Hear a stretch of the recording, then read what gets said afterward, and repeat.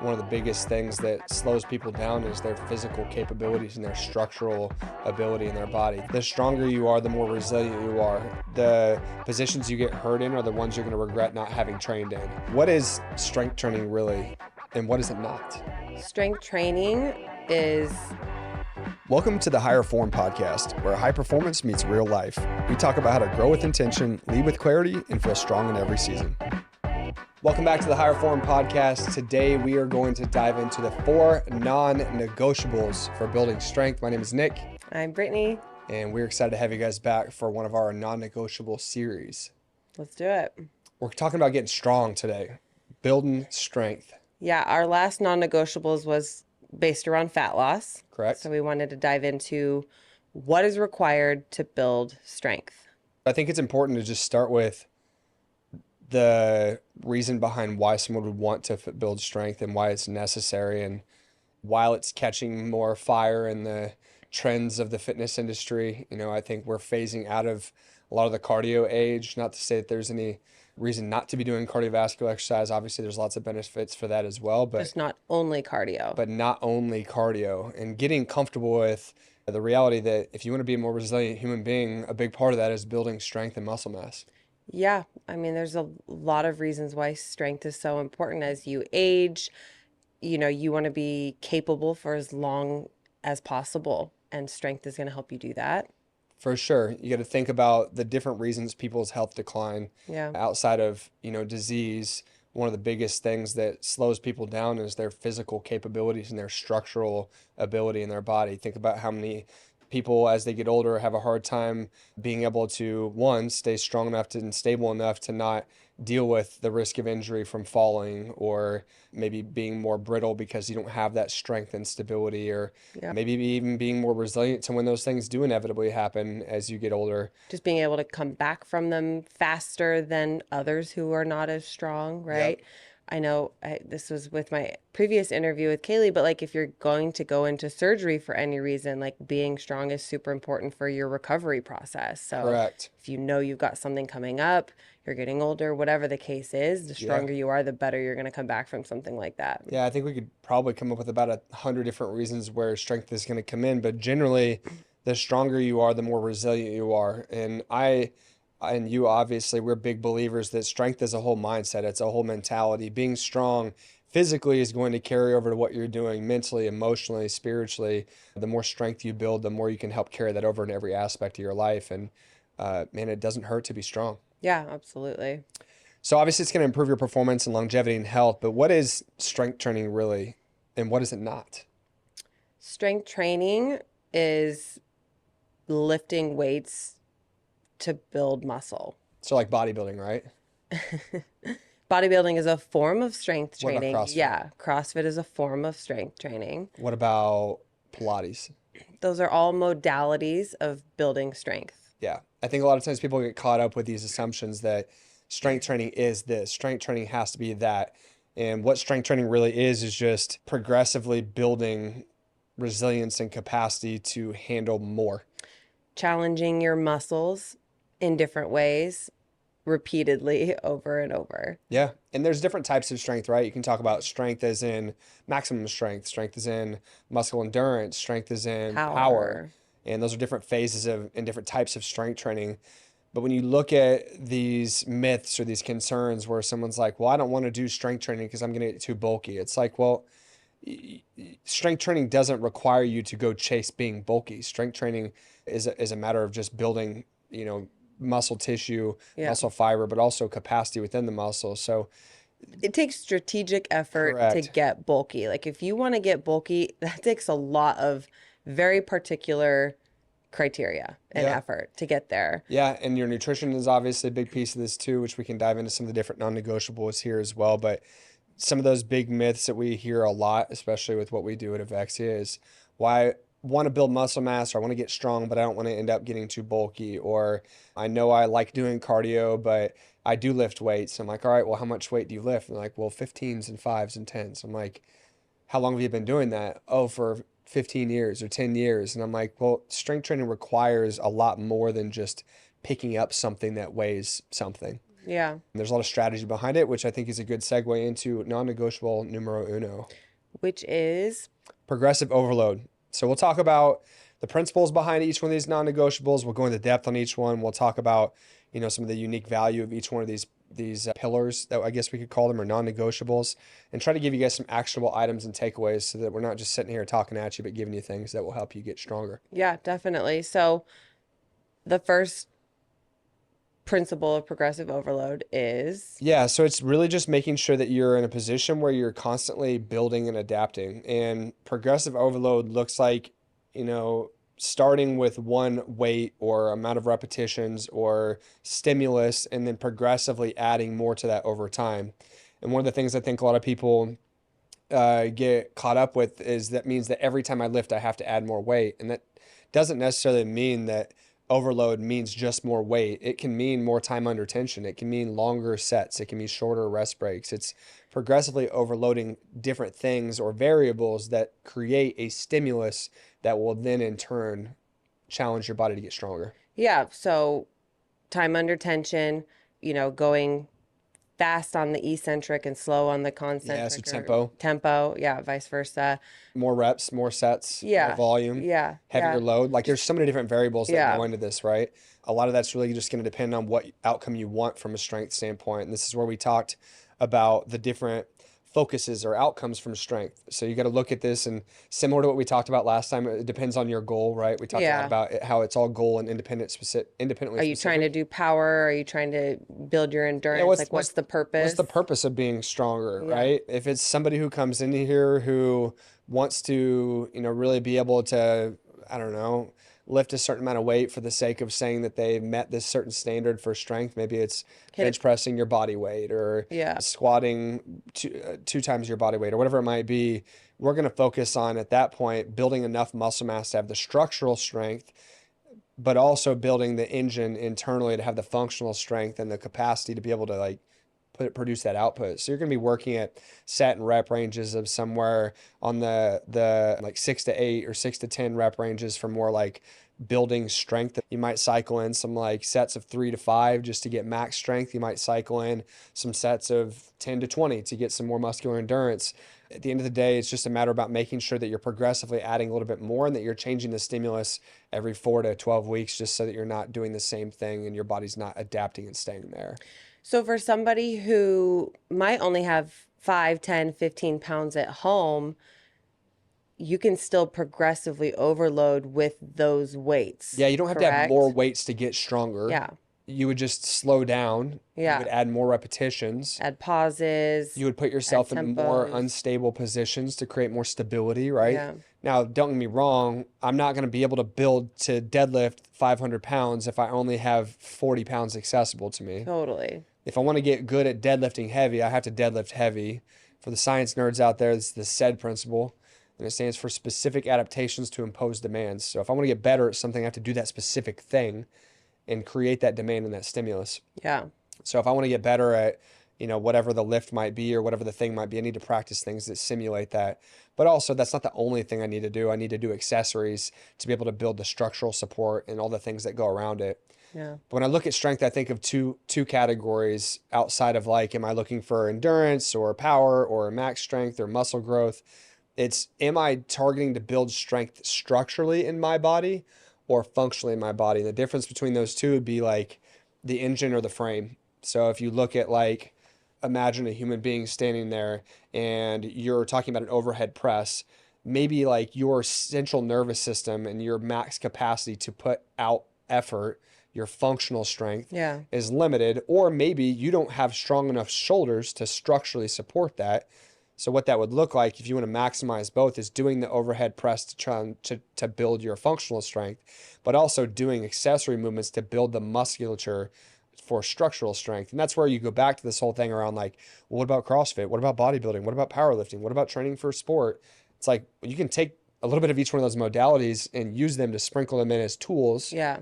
Kind of like diets and nutrition. Yeah. They're all different tools in your tool belt. For sure. To get the outcome that you're looking for, depending on what it is, which is custom to the person. For sure. And I think we talked about this a little bit already, but balancing variety and consistency is crucial, because like I said, if you want to get better at squatting, you need to squat, But I just had this conversation with a new client yesterday, actually, and he was saying, yeah, I followed this online program and I mean, I kind of liked the idea that I wasn't doing the same thing every week, but it really pissed me off because I never really knew how well I was progressing on things. Mm-hmm. And I think in today's day and age, with how squirrel brained we are, me included, Yeah. it's hard to stick with doing the same things over and over again because it gets boring. I think that's common, especially with online fitness programs these days, is people are like, oh, doing all these different workouts. And it's like, well, you have to do the basic compound movements regularly to build the mass strength if that's what you're looking And for. that's kind of one of the things that is harder to wrap your head around in regards to like using CrossFit for max strength. The whole thing behind CrossFit is constantly varied functional movements at high intensities. You know what I mean? So it's like Yeah. constantly varied, yes, and how you can put them together. So you can make an argument for both sides. So CrossFitters don't come at me. But I do think that there's that balance. So the way we try to bring it to life is that you take your primary movements that are going to be the main measurables, Mm-hmm. like a squat, a bench, a deadlift, a power clean, an overhead press, pull-ups, pull-downs, rows, whatever. Some of the functional movements you want to measure, get something that you can do like it can give you a lot of high-end potential. Use that as your measuring stick. But then after you hit your primary moves, come around and switch through your accessories so that you can find different ways to target and support and build through accessory movements. Yeah. Yeah. So you get a little bit of dose of both where I have the consistency with my primary movements and then I add in my accessories to just kind of keep it mixed up so I don't get bored. But Yeah. And that's what still I was telling the guy stimulate the yesterday. muscles used to get better at that primary movement. Yeah, because you Yeah. could look at it on the other end, and if all you ever do is the same three exercises, you're going to adapt to that as well. So I do think that there's value in both ends of it. How we would recommend it is you pick your primaries, you stick with those. Those are your measurables. You rotate your accessories after you've gone through a 4 to 12 week block. Then you turn back around and you change up your stimulus or your focus. So one of the things we do for programming here is 1 month we might be focused on muscular endurance. The next one more on hypertrophy. The next one more on power. We're in a power phase right now. Yeah. One might be more max strength, but once again, quick plug, that's the value of having a coach. So you don't have to think about some of these Yeah, things because that there you're are going so to many optimize. different things that you can do. And if you're not educated in how to switch out from one to the other or how to program for that, then that's beneficial to have somebody organizing that for you. For sure. Now, if you don't have that, how do you know when to change whether or not it's more reps or more workload or more volume? Like, what do you think there? When you stop seeing progress, That's the I easy mean, answer. yeah, Now, I'll give you the progress could fancier mean one. different things. If you're not getting stronger, if you're not being able to push any more than what you're You're already not recovering doing, as you're not well. recovering as well. Yeah. And that's where deloading comes in too. So you could always go through a period of time where basically another principle here would be called the general adaptation syndrome. And it's like, as I work on progressively overloading, at some point I have to let my body come back down and reset my baseline. So if you look at this over a 12-week period, I might take 1, 2, 3, 4 weeks to build up, deload for a week, drop my intensity, my volume, get a little extra recovery, come back around, chase back up, and finish another tier higher. Like I'm taking 3 steps or 4 steps up, 1 step down, and then repeating that over time. Yeah. But that would be one way you could go through and do that. That would be an example of more of like a linear progression with in mind saying the first 4 weeks, maybe you focus on higher repetitions, things that are like 10 to 20 reps. The next 4 weeks, you go down to like 6 to 12 reps. The next 4 weeks, you go to like 3 to 6 reps. Yeah. And then just kind of work through, obviously, increasing workload. You could do that backwards. You know, there's a lot of different ways So to many do it. ways But to play with it. the Yeah. simple answer for that is when you stop progressing is when it's probably time to make a change. Or if you can't stay compliant to it, because Yeah, that's true. if you can't stick with it, it ain't going to work if you're not doing it. You Yeah, know? you won't see the strength outcomes that you're looking for if you're not able to For follow sure. it. Yeah. So I think the last component on progressive overload is you got to find a way to do that that is enjoyable and repeatable because consistency is obviously key there. Yeah. Next one. Next, non-negotiable, technique and movement quality. So I think obviously that's huge. If you want to get strong, you better be, and you're lifting a lot of weights and you're mixing it up, you better do it well. Yeah. Quality of movement has to come first. Yeah. And I think you see this a lot around the New Year's resolutioners and the people who really get after it. And don't get me wrong, I'm all for at any time of year deciding that it's time for you to refocus on your health and double down on getting after it. So regardless of the time of year, I don't know that makes as much of a difference, but people get excited and then they get in, they feel good in their first session or two, and they want to push to find their limits. And if you don't have a long enough runway and enough quality laid down, then it's going to make it really hard for you to get where you want to be, you know? Yeah, absolutely. I think, which is why we do things the way that we do here at Avexia, is every time somebody comes on board and joins us, we give them an individualized session to see how they're moving, see where they have limitations, see where there's opportunities. So then when they do continue to build, they're doing it properly because we've And been from the right working on, starting point. yeah, we're working on their mobility, their range of motion, and just their ability to move in certain planes. And so I think assessing where you need to work on that before you get into like maybe some of the primary lifts, you gotta see where you're at. I think this is especially important for people who have been in shape before and are coming back off of a hiatus, because it's easy to look back and start to think about, man, I was able to do this in the past. So I'm going to start a little bit less than where I was, where I remember finishing.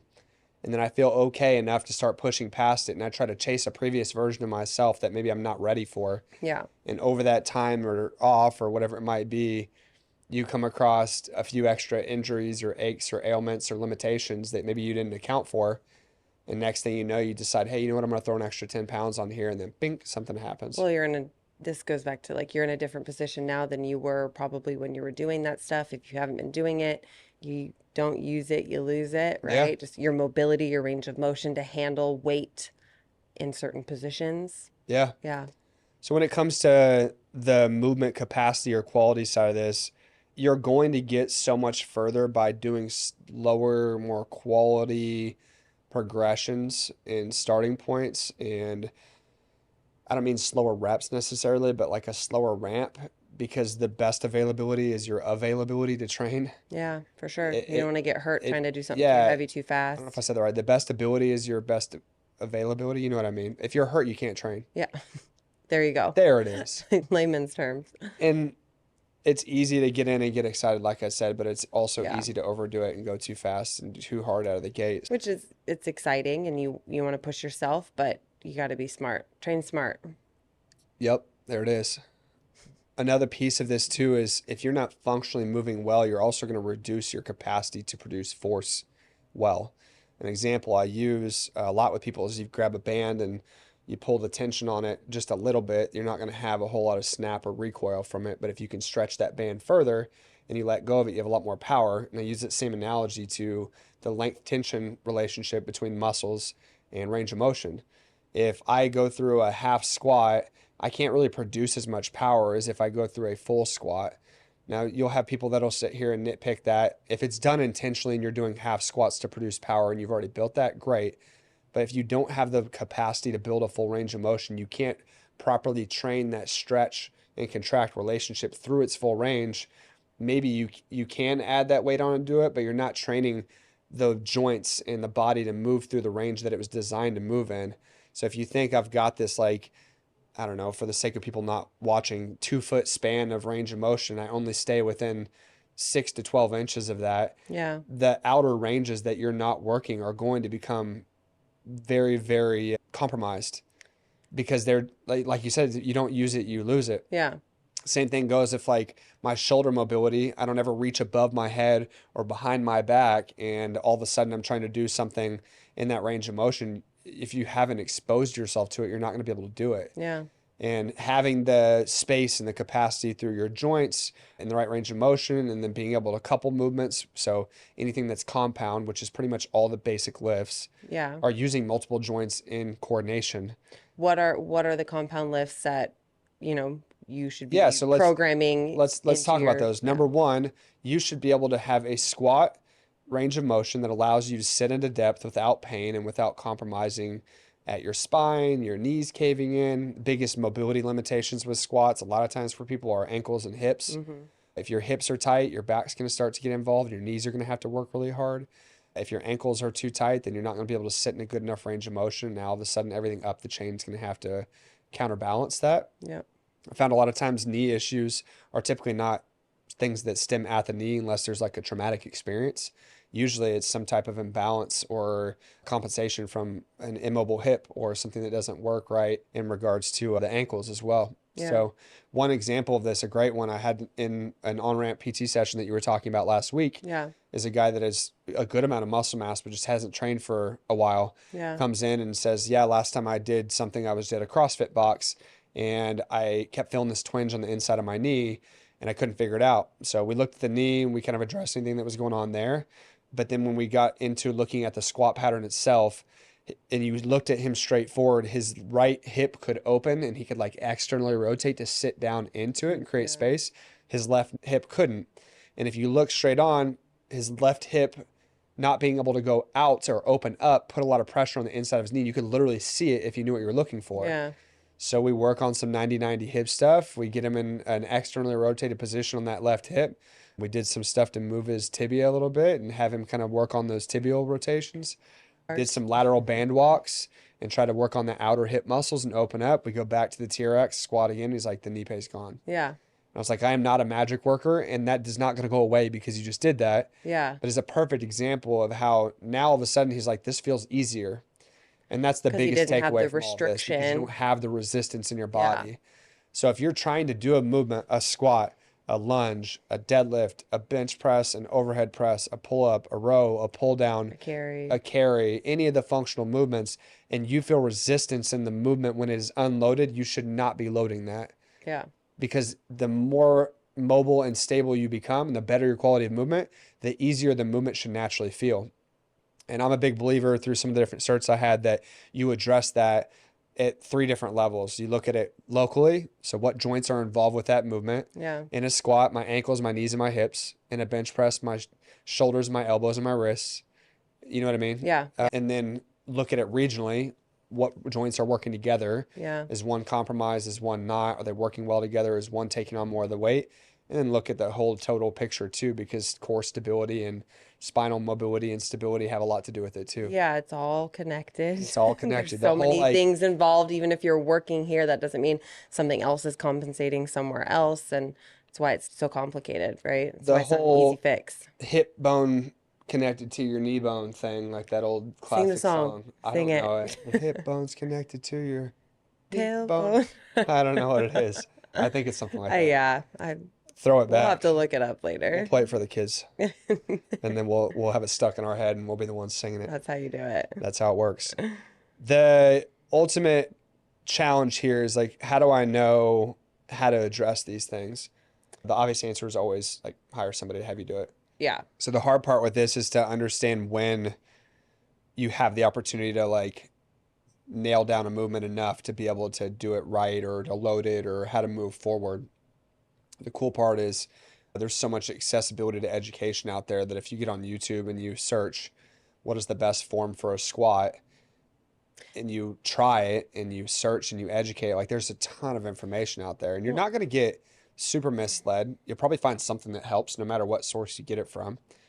I also think if you are working out by yourself, you're at home, you're at the gym and you're just following your own programming, whatever, record yourself. Yep. We even do this. Yep. We will record our clients and say, this is what that looks like. So sometimes if I'm telling you something, you don't quite understand what you're trying to adjust in your form or whatever. Yep. So recording yourself, especially if you're working out by yourself, that's an easy way to like just see what it looks like.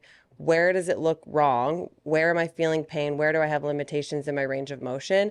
What can I be doing to get better at it? I mean, obviously, if you're invested enough, like you'll figure it out and you'll do what you need to do to find the resources to help you. The reality is it's going to cost you time or money. Correct. And it's like trying to learn anything. It's going to cost you the time to figure it out on your own and the effort or the money to go out and pay someone else who's an expert to cut the time down. Yeah, for sure. But I do agree with you. Recording and getting that visual feedback is super helpful because it's always easy. I think about just things we teach our boys when they're young. Like our oldest is 4. So it's like, can you match the 2 things that are read together? Yeah. Like does my video here look like this optimal video from YouTube or whatever over here? Yep. No. Okay. What's wrong? What do I need to change? Yeah, and just try to use your creative thinking and problem solving skills to get it figured out. And if you're like, hell no, I'm not doing that, then you probably ought to call a coach because that's going to be your next best step. Yeah, for sure. So the next non-negotiable is recovery and fueling. Yeah. Super important that you understand there's 2 sides of this game.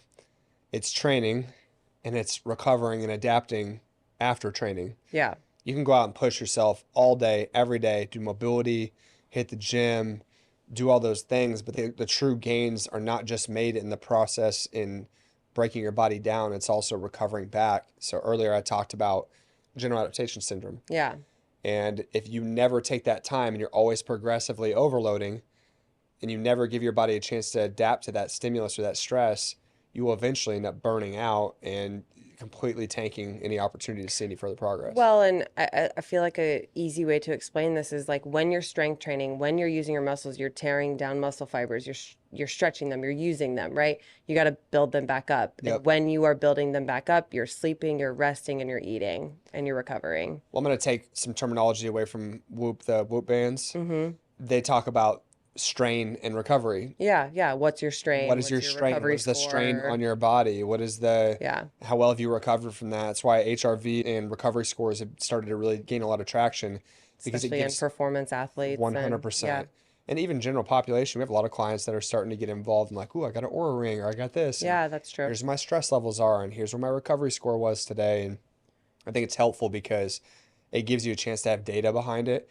Now, I will tell you, even though you have the data, the most important thing is to listen to how your body feels. Yeah, we dive into that in our episode about fitness trends and smart technology. Yep. You know, if you just because it says you're 98% recovered today, if you don't feel like that, don't Yeah, and recover still or same goes on do the what you other need end. to If do. you've had Yeah. a couple days off and maybe you've been lower in activity, it might count you down. The algorithm might have you as not recovered. And you're like, well, I guess I can't work out today. And Yeah, it's like, yeah, okay, maybe just adapt what you do that day. for sure. And I think too, understanding that like recovering doesn't mean just resting.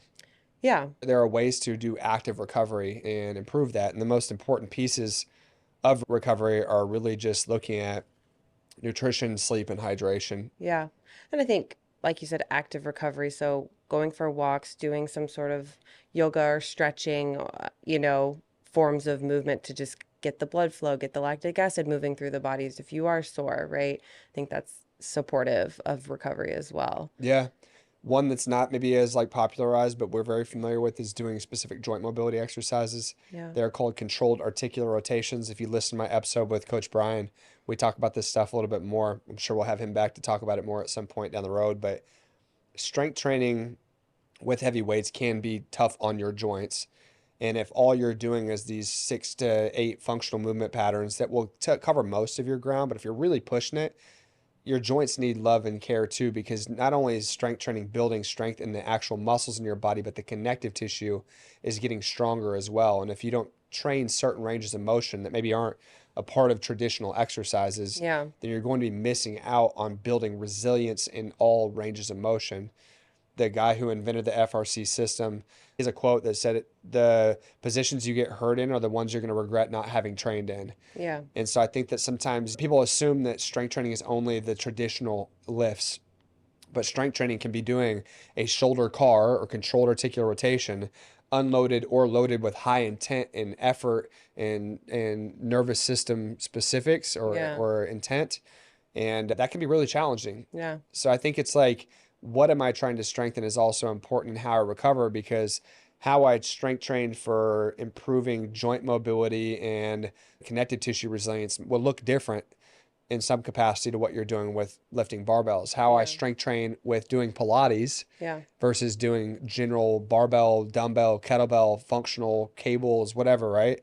Those things compound each other. Yeah. So I think it's important to look at like some forms of strength training can actually complement other forms from a recovery standpoint. For sure. Yeah. And I think just like anything, it's like a combo of all of this, right? You got to train your joints. You got to move the body to get the blood flowing around. If you had a heavy day the day before, you need to eat enough protein to build the muscle back up. Fuel in general, calories, period, Yeah, I right? think calories and protein and sleep are going to be the keys, right? Yeah, Obviously, hydration plays a big role in that. I'd plug that in absolutely. there too. Yeah.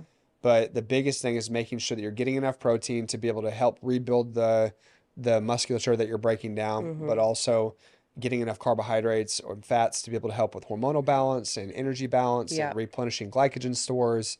So nutrition is absolutely key. If you really want to get strong, you got to dial in your nutrition. Yeah. And the biggest one that people overlook, which blows my mind, I heard a client the other day be like, Yeah, I get about 5 hours of sleep a night, and I'm like, what? Like, how are you How are functioning? you how are you living right now? Like And people, different stints of time.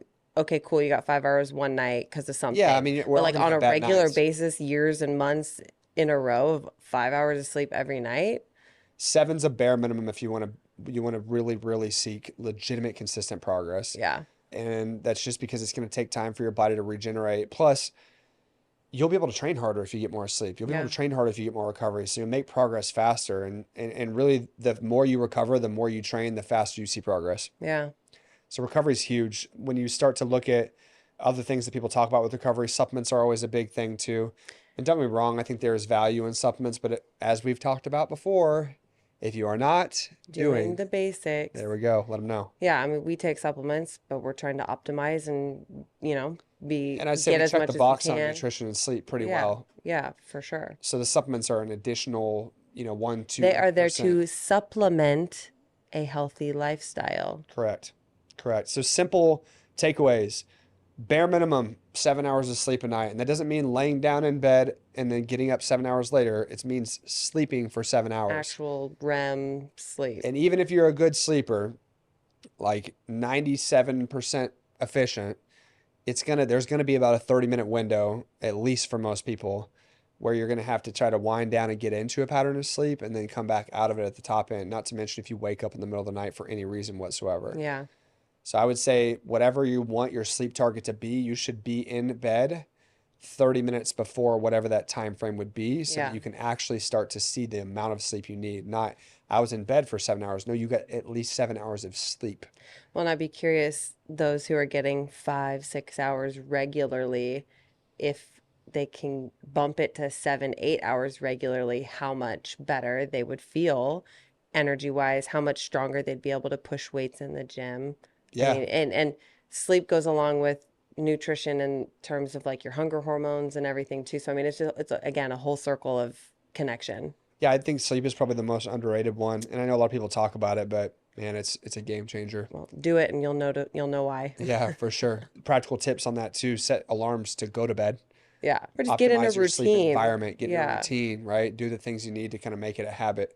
Just like anything else, this reminds me of, again, our boys is if you have a sleep routine at night, they understand like, okay, this is the routine before bed. This is what happens before I wind down and go Get to cleaned sleep. up, I brush my teeth, go Yeah, use the yeah, bathroom. exactly. Yep. So as adults, like it's the same thing. Like do the same things every night. Like, get in bed at around the same time every night. Like have a routine of brushing your teeth, reading your book, or doing some stretching, whatever it is, right? Yep. Do it every night so your body starts calming down for Yep. sleep. So when you do get into bed, you're not like laying there for an hour or 2 hours, just like wired. Yeah, consistency is key. Yeah.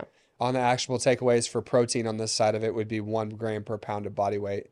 So if you're looking for muscle mass, strength, like you got to be taking in a gram per pound of body weight if you're really wanting to see progress on this. Yeah, I think the general recommendation is always like zero point 0.8 to 1.2 or something, but it's like you want to see progress, You want to get stronger, you need to be you in need to at be eating least the more. middle to higher range of Yeah, that. So I would say at definitely. least 1 gram per pound. Yeah. The next piece, then the last of the non-negotiables would be consistency and tracking. And this seems obvious, but sometimes maybe it's not put into practice as well as it could be. You have to consistency is I think the biggest. Tracking obviously is important so you can see how you're progressing and where you need to adapt and adjust your programming or what you're doing, but consistency is the key for the long game. Well, it's because it is a long game. You're not going to Yeah. see strength adaptations in days. Yeah. You can go to the gym.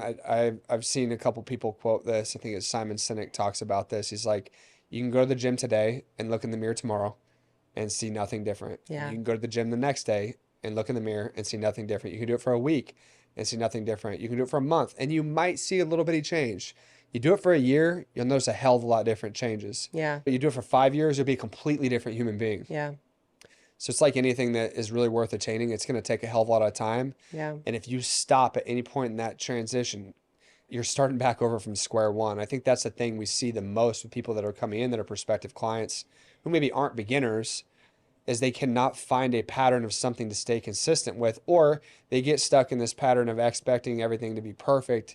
And every time that I run into a challenge in life, things get busy or they get stressful. If I can't do it perfect, then I'm not going to do it at all. And Yeah. then all of a sudden you stop for a week, that turns into a month, that turns into a year. You've gained 20 pounds and you're weaker than you were before you started, you know? Well, and that's why we're so adamant about making it a lifestyle change. You have to fit this into your lifestyle. So it's just routine. It's a part of your days, it's a part of your weeks.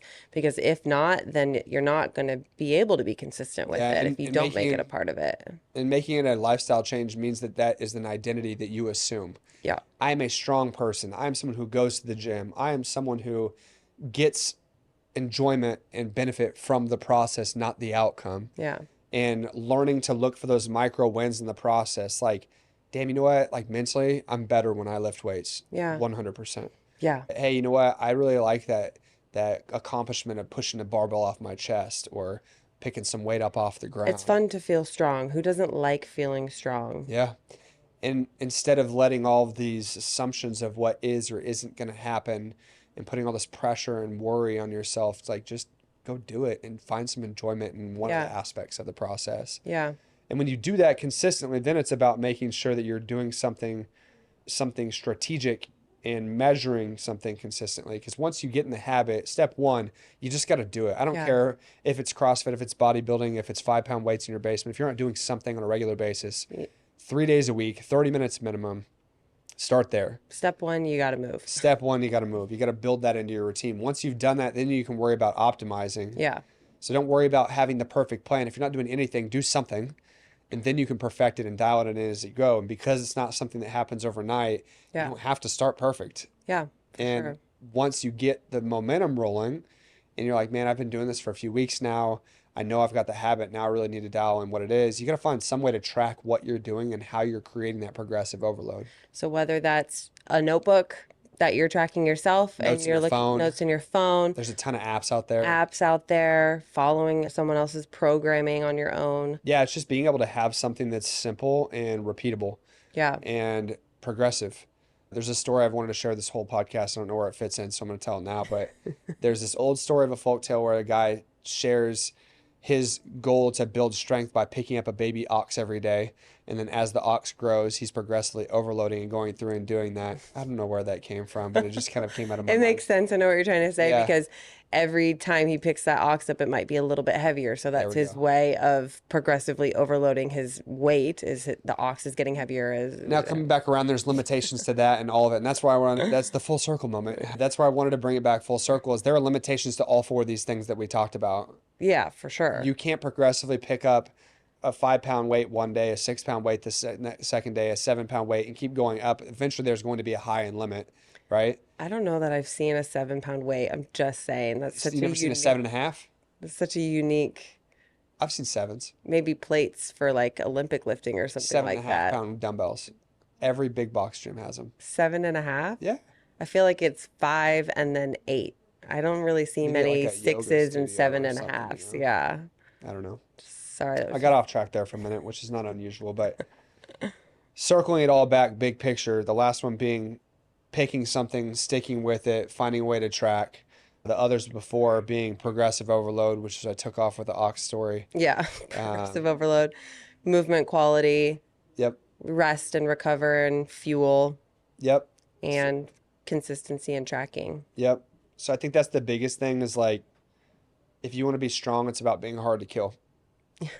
It really is. Yeah, absolutely. And I'm not saying that from the environment we're in today where you necessarily have to protect yourself in a street fight on your way to get food, Yeah. but it's about having the resilience, like there are a lot more germs and diseases nowadays than what you had before. There's a lot more opportunities to come into contact with things and viruses that have evolved. And one of the things that being stronger physically does is it improves your immune system Yeah. and improves your structural strength. We talked about all these different things, right? Yeah. So I just think it's so important to make sure that you are intentional about this piece, not just for what it does for you in the outcome, but what it does for you in the moment. Yeah, absolutely. And not just what it does for you physically, but what it does for you mentally. Like strength training is your mentality and how it supports your mental health is, I think, underrated. For sure. I think it's becoming more known, the benefits of strength training and your mental health. You talk about mental health in general right now. I do believe that we're in the middle of a mental health crisis. If you look at the accessibility of all the crazy shit that happens all over the US and how it's all in our face now and all the things that Not have even happened just the for US, all over the world. all over the We world. have Yeah, that's true. access to see things that we Yep. wouldn't previously have ever really known 100%. Yeah. about, All over the world. which is a whole thing. But yeah, just learning how to manage your stress. Well, I was going down the path of like reducing anxiety and depression Yeah. from a benefit standpoint, right? I know we didn't talk so much about this being like, what are the benefits of being strong? I Yeah. think a lot of people understand that, but one thing that's worth noting is that if you are stronger, you're going to have more mental resilience, like you'd said too. Yeah. And in a world where there is more accessibility to the chaos that's happening all over the world, it's important to make sure that you are bulletproofing your mind and that you're creating mental resilience as much as you are physical. Yeah. When you look at, there's all kinds of studies out there about exercise being more potent for curing anxiety and depression than a lot of these SSRIs and medications that people are getting put on left and right. And I think that it's something that's so undervalued, especially when you look at the solution side of people who are already dealing with these things too. So Yeah. I'm sure there's case studies out there where people, we see them all the time. well, Like yeah, we people, see case studies of clients. yeah. I was on multiple medications. I was managing my anxiety and depression with pills, and now I come to the gym, and this is my new bar, right? I let go of my Yeah. addiction to alcohol or other drugs because I've utilized this as my new outlet and Yeah. my ability to be able to navigate some of those things. Yeah. I mean, there are chemical releases that happen when you exercise in your brain. We talk about all the different neurotransmitters and all the different hormones and Yeah. serotonin and oxytocin and dopamine and all those different things, right? Yeah. I agree. I think we touched base on most of the different non-negotiables. Yeah. Wrapping it all up one last time. Just making sure that you're doing something progressive with good quality, you're recovering appropriately, and that you're consistently sticking with it and tracking to move forward. Yeah. Always be challenging yourself. Always be growing, always be getting stronger. Yep. Awesome. Thank you guys. Thanks. Catch you next time. Thanks for listening to today's episode. If you liked what you heard and want to hear more, you can follow us on social media and tune in anywhere you listen to podcasts.